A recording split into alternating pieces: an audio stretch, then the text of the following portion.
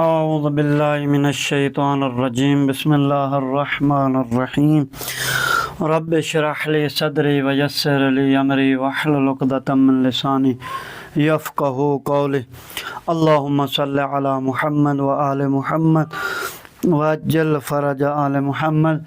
میرے سامعین محترم، ناظرین گرامی، انشاءاللہ آپ خیریت سے ہوں گے۔ ہمارا آج درس نمبر 4 ہے جس کو ہم نے بیان کرنا ہے،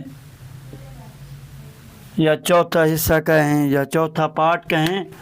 بہرحال ہم مشق اور سوالات پہ پہنچے تھے۔ اس میں ایک بات جو توجہ کیا ہے وہ یہ ہے کہ یہ جو ہم مثلا ترجمہ کرتے ہیں ان اللہ هو السمیع العلیم، کہ لفظ ترجمہ کیا جائے یقیناً خدا وہ ہوا، یعنی وہ سننے والا، کیونکہ ہم یہاں پہ ہوا کے 2 معنی کرتے ہیں۔ ایک ہوا یعنی وہ، دوسرا کیا ہے؟ خود ہے۔ تو یہ یعنی اس کو ہم نے مد نظر رکھنا ہے۔ سمیع سننے والا ہے، علیم جاننے والا ہے۔ اب دیکھیں، سننے والا جاننے والا ہے تو اس میں ہم نے یہی دیکھنا ہے، یعنی یہاں پہ ہوا کا ترجمہ خود کرنا ہے، یعنی ان اللہ هو السمیع العلیم، یقیناً خدا خود سننے والا جاننے والا ہے۔ یہ ہم نے ترجمہ اس آیت کا اس طرح کرنا تھا، ٹھیک ہے؟ یعنی ہوا کی جگہ پہ آپ کیا کریں؟ کلمہ خود کو لگا دیں، وہ بھی ٹھیک ہے، لیکن یہاں پہ کلمہ یعنی خود کا ترجمہ کریں۔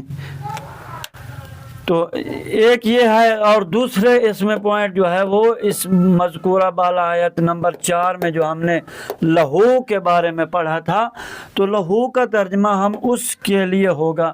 کیونکہ ہم نے پچھلے درس میں بتایا تھا، پہلے والے درس میں، جب لام کے نیچے زیر ہو یا زبر ہو تو معنی میں تبدیلی آ سکتی ہے، لیکن اس میں تبدیلی یعنی خود کلمے میں تبدیلی آ سکتی ہے لام کے اوپر زبر یا زیر میں۔ لیکن کیا تھا؟ یعنی ہم نے لہو جب ضمیر پر داخل ہو لام جارہ تو اس وقت اس کو فتح کے ساتھ پڑھا جاتا ہے، یہ تھا۔ لیکن اس کے معنی میں کوئی تبدیلی واقع نہیں ہوگی، معنی وہی کا وہی رہے گا۔ یہ تو ہماری بحث یعنی کامل ہو گئی۔ اب دوسری مشق نمبر 3 پہ ہیں۔ مشق گزشتے پڑے ہوئے معانی کو ذہن نشین کر کے مندرجہ ذیل عبارتوں کا ترجمہ کیجئے۔ اب دیکھیں، الحمدللہ، تمام تعریفیں اس اللہ کے لیے۔ دوسری آیت، لا الہ الا ہو، نہیں معبود مگر وہ اللہ، یعنی کوئی معبود نہیں ہے اللہ کے علاوہ، یہ ترجمہ۔ تیسری آیت، ان اللہ علیم، بے شک اللہ جاننے والا ہے، اللہ علیم ہے۔ هو السمیع البصیر، چوتھی آیت، هو السمیع البصیر، یعنی خود سننے والا دیکھنے والا ہے۔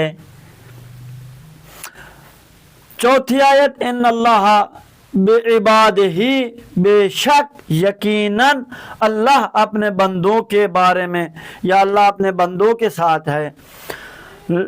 چھٹی آیت، لخبیر بصیر، یعنی وہ آگاہ دیکھنے والا ہے۔ اب مثلا دیکھنے والا آگاہ ہے، یعنی اگر وہ آگاہ دیکھنے والا ہے، یہ ترجمہ بھی ہو سکتا ہے۔ هو الحی القیوم، 7ویں آیت، وہ زندہ دائم ہمیشہ ہے۔ واستغفر اللہ، تو اور تم اللہ سے معافی مانگو۔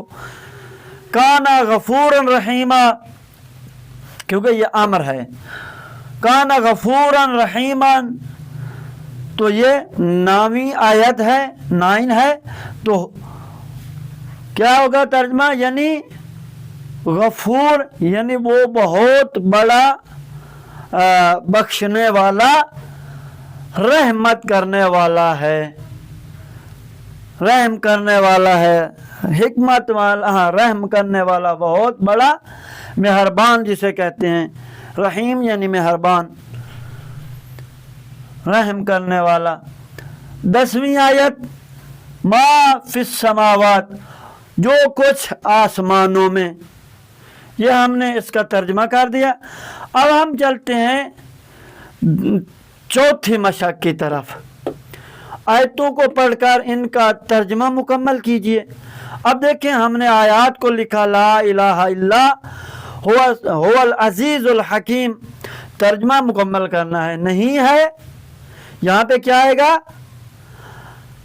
معبود اس کے علاوہ جو کہ غالب، عزیز یعنی غالب یا عزت والا، اور حکیم یعنی حکمت والا ہے۔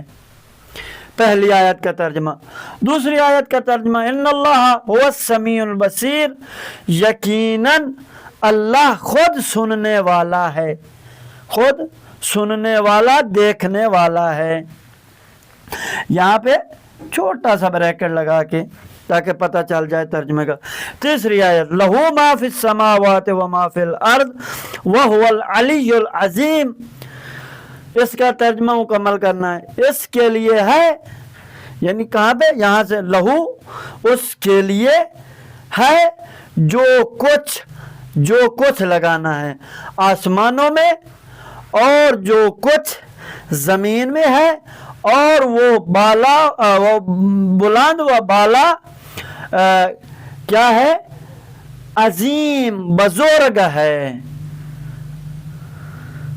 چوتھی آیت واللہ بکل یا واللہ بکل شیء علیم، اور خدا ہر چیز کے بارے میں کیا ہے؟